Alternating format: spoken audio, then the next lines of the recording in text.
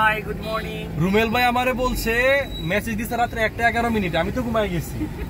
1:11 message পেয়েছি সকালবেলা।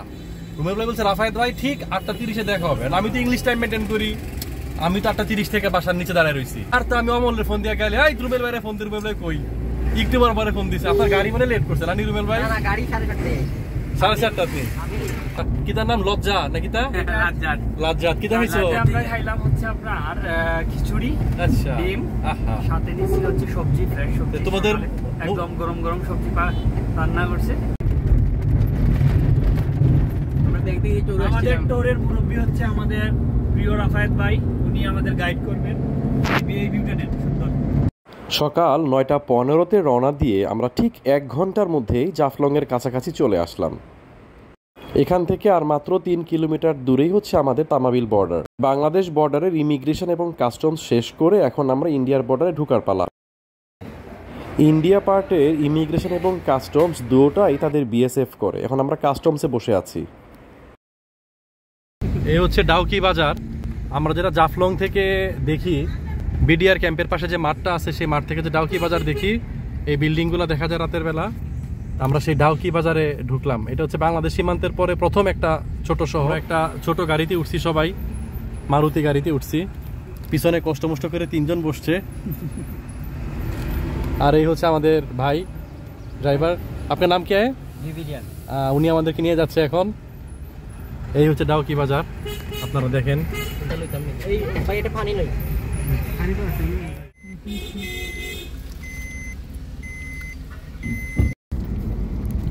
এই যে বাংলাদেশ, ওই নিচে যত মানুষ দেখতেছেন এগুলো হচ্ছে বাংলাদেশের। হ্যাঁ, এই যে মানুষে গোসল করতেছে, হাজার হাজার মানুষ।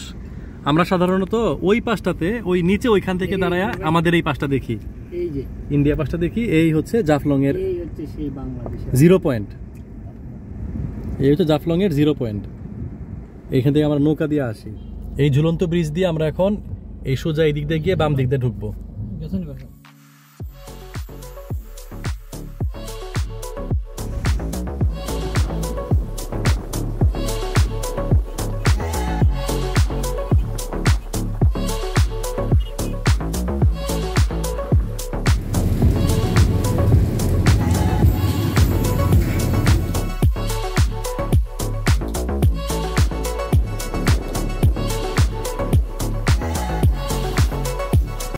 একটু আগে যে রেস্টুরেন্টে আমরা 20 মিনিটের মতো যাত্রা বিরতি করলাম, সেখানে জাস্ট 2টা পরোটা আর একটু সবজি ইন্ডিয়ান রুপিতে 650 রুপি পি মারা খেয়ে এখন আমরা আবার উপরের দিকে ওঠা শুরু করলাম।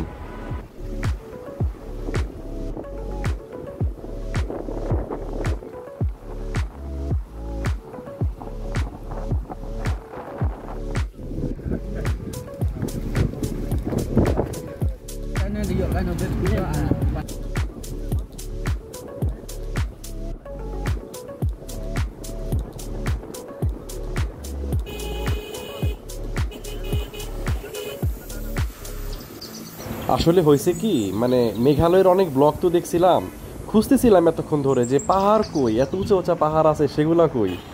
এতক্ষণে মনে হইলো সত্যিকারে আমরা আসলে মেঘালয়ের রাজ্যে প্রবেশ করছি, যেটাকে বলা হয় মেঘের আলয়। মাটি থেকে কত হাজার ফিট উপরে আমরা জানি না, কিন্তু কান কিন্তু বন্ধ হইতেছে বারবার। ওই যে প্লেন উপরে উঠলে যেরকম কান। এখানে একটা ভিউ পয়েন্ট আছে, সবাই নামতেছে, আমরাও নামি, দেখি কি দেখা যায়।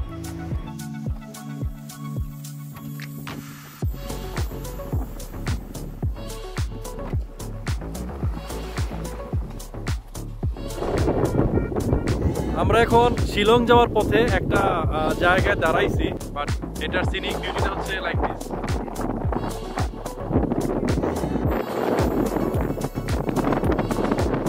আমি জানি না কথা শোনা যাচ্ছে কিনা, বিগত প্রচন্ড উইন্ড এখানে।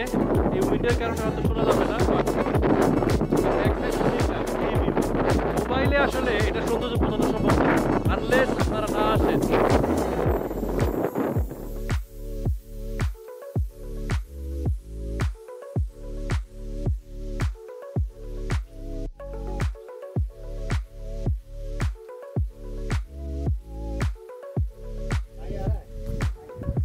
অসাধারণ, মানে স্পিচলেস।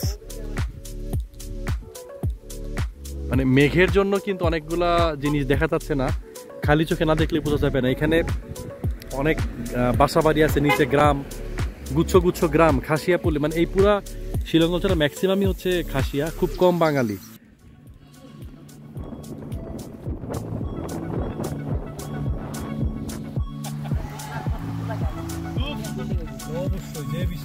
মেঘের আলোয় ঢুকবো আর বৃষ্টি হবে না, সেটা কি হয়? শিলং শহরে ঢুকার ঠিক 20 কিলোমিটার আগে থেকেই শুরু হয়ে গেল বৃষ্টি।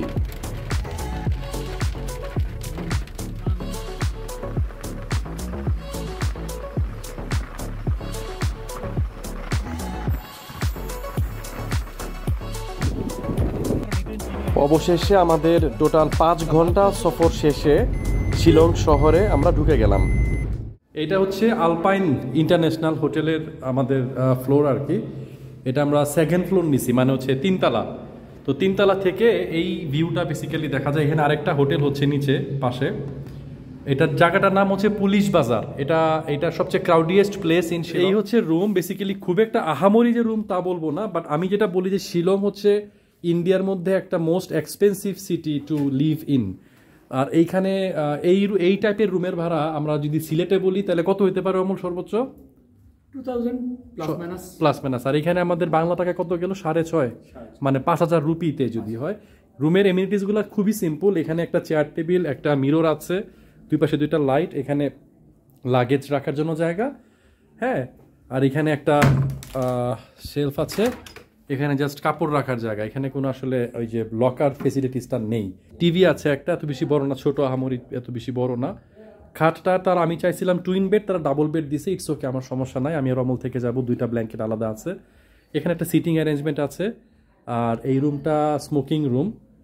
আর আমি যদি ওয়াশরুমটা আপনাদেরকে দেখাই, ওয়াশরুমটা হচ্ছে এই সাইডে হচ্ছে শাওয়ার, হাফ ক্লোজেট আছে, আর 2টা টাওয়েল তারা দিয়েছে, কমোড, তারপরে হচ্ছে গিজার মেশিনটা আলাদা তাদের, হ্যাঁ। সো ছোট একটা বেসিন, একটা ফেস টাওয়েল, একটা ছোট মিরর, আর এই নর্মাল এমিনিটিস গুলা যেটা থাকে, brush, toothpaste, simple, very simple, আহামরি কিছু না। একটা উপরে লাইট এবং আয়না, হেয়ার ড্রায়ার আছে। আর বাথরুমের যে এমিনিটিস গুলো যদি বলি, বাথরুমের এমিনিটিস হচ্ছে এই শাওয়ার জেল 2টা, শ্যাম্পু 2টা, শাওয়ার ক্যাপ 2টা, দ্যাটস ইট। ঠিক আছে, ওকে, বাই, টেক কেয়ার।